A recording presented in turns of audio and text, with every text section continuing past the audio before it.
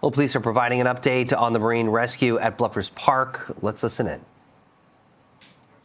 Give you accurate information, okay? So approximately 9:15 p.m. last night, Toronto Police received a call for Marine rescue in this area, looking behind me right now. The initial information was that two people had fallen off a personal watercraft. The female rider was able to climb back onto the jet ski. Unfortunately, the second individual, a man in his 20s, was unable to do so. Toronto Police, Toronto Fire Service, EMS all attended immediately, and it began a search which continued until approximately 4:30 this morning. The search resumed until 7:30 a.m. and remains active at this time. Member of the Marine unit, along with the Canadian Coast Guard, continue to search for this individual. We're asking anyone who witnessed this incident or who may have information to please contact police. We want to remind everyone to always check weather conditions before going out in the water, and please wear a life jacket and ensure you have the required safety equipment with you in case of an emergency. Now I'll take a few questions if you have any. We're hearing this man's name was Richard. Are you able to provide a little bit more details, his name, his age? But unfortunately, I can't do that right now, although family's there, but I'm sorry I'm not in a position to offer you that right now. How is the family doing? Family, we just met with the family. Obviously, at this moment, their family is obviously fairly devastated right now, but they're obviously very optimistic and hopeful that we will find him soon. Is this still a rescue operation at this point? Well, it's hard to say, but I can't really say right now. This search has been going on since 9:15 last night, so it would be hard to fathom any person finding alive at this point right now. But I can safely say at this point right now, we can sort of title as a mobile recovery towards the options right now.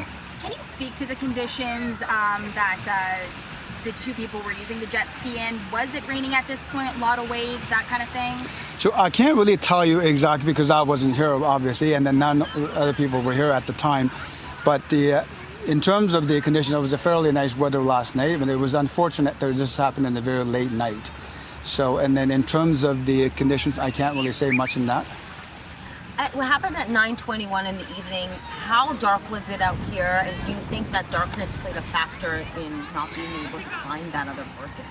But again, I can't really give you a definitive answer to that. Having said that, I mean, obviously, this happened in a fairly late night, and I can assure you, I can tell you that there's an individual, one who can swim, one cannot swim.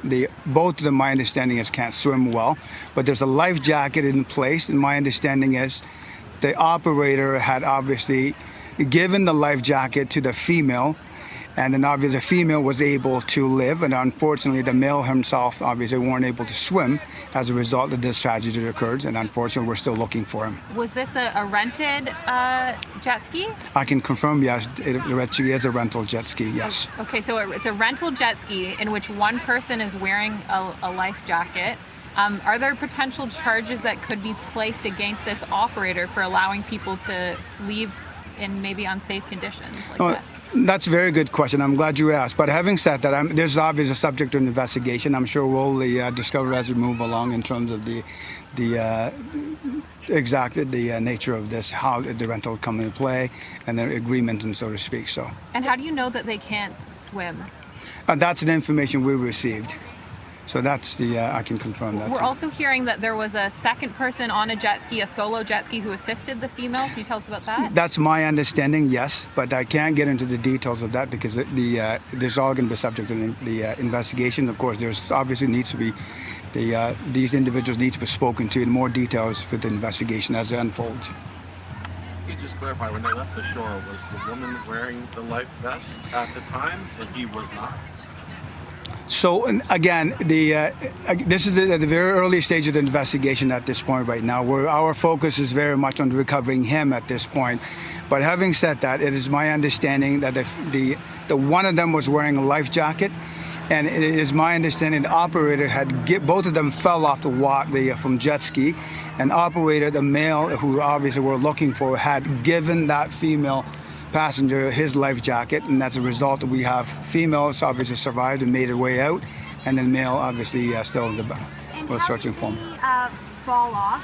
Was there a rock? Was it a big wave? Were they being irresponsible possibly with the jet ski? Yeah, that's a good question, but unfortunately I don't have the details of that, and I certainly can't speculate on how it might have occurred.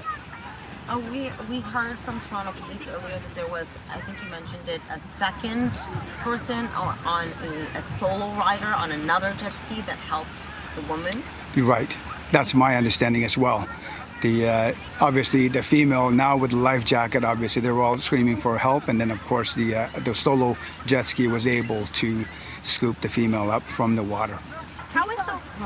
How is the woman doing right now? Any injuries to her?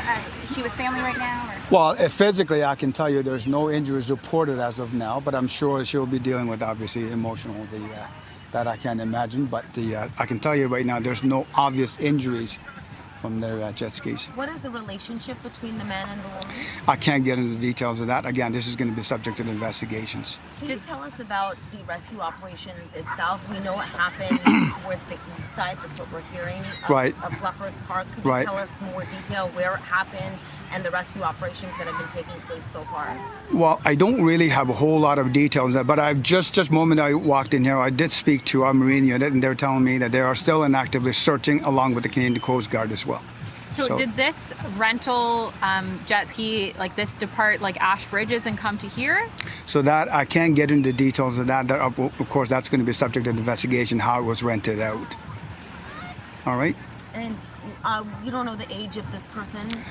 The right now, I can tell you he's about 20s. 20. Yeah. Okay. Okay. Thank you very much for coming. Thanks again. We've been listening to Toronto Police update the media in regards to rescue efforts near Bluffers Park. They continue to search for a man believed to be in his 20s. Apparently, from what happened, there was an incident that the operator of this jet ski crashed into a wave. It did have a passenger on the watercraft who was wearing a life jacket, but the operator was not. Officers continue to search for him. What we are hearing is that they want to find out if anyone has any information, if they saw what happened last night, to please contact. But obviously a very difficult time for the family who's awaiting for an official word from police in regards to their loved one. So we'll have a lot more on this developing story throughout the morning and afternoon.